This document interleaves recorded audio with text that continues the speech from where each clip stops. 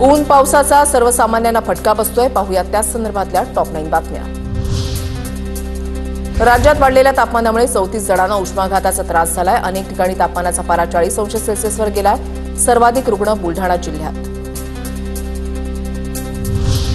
नागपूर शहरामध्ये उष्माघाताचे 3 बळी गेल्याची शक्यता। शहरातील विविध भागामध्ये मागील 2 दिवसात मृतदेह आढळले, तर एका अनोळखी व्यक्तीचा उपचारादरम्यान मृत्यू। शवविच्छेदन अहवालातून मृत्यूचे कारण स्पष्ट होणार। नागपूरसह विदर्भामध्ये उन्हाचा पारा पुन्हा वाढला। नागपुरातील आजचं तापमान 42 अंशांवर। दुपारच्या वेळेला शहरातील सिग्नल यंत्रणा बंद ठेवण्याचा निर्णय।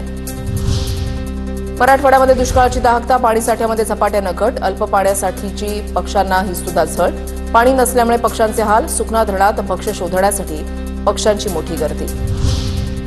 येवल्यामध्ये अवकाळी पावसाची हजेरी। नांदूर गावात अवकाळी पाऊस आणि गारपीट। काढणीला आलेल्या शेती पिकांना फटका बसण्याची भीती। अमरावती जिल्ह्यामध्ये वादळी वाऱ्यासह गारांचा जोरदार पाऊस। आंबा, संत्रा, कांदा पिकाला फटका। शेतकऱ्यांचं मोठं नुकसान। जळगावच्या रावेरमध्ये अवकाळी पावसासह गारपीट। अवकाळी पावसामुळे शेती पिकांना मोठा फटका। जालना जिल्ह्याला येलो अलर्ट जारी। जिल्ह्यामध्ये तुरळक ठिकाणी विजेच्या कडकडाटासह पावसाची शक्यता। मागील आठवड्यामध्ये अनेक भागात अवकाळी पाऊस। गोंदियाच्या अर्जुनी मोरगाव तालुक्यामध्ये वादळी वाऱ्यामुळे मका पीक जमीनदोस्त। शेतकऱ्यांचं लाखोंचं नुकसान। नुकसान भरपाई देण्याची मागणी।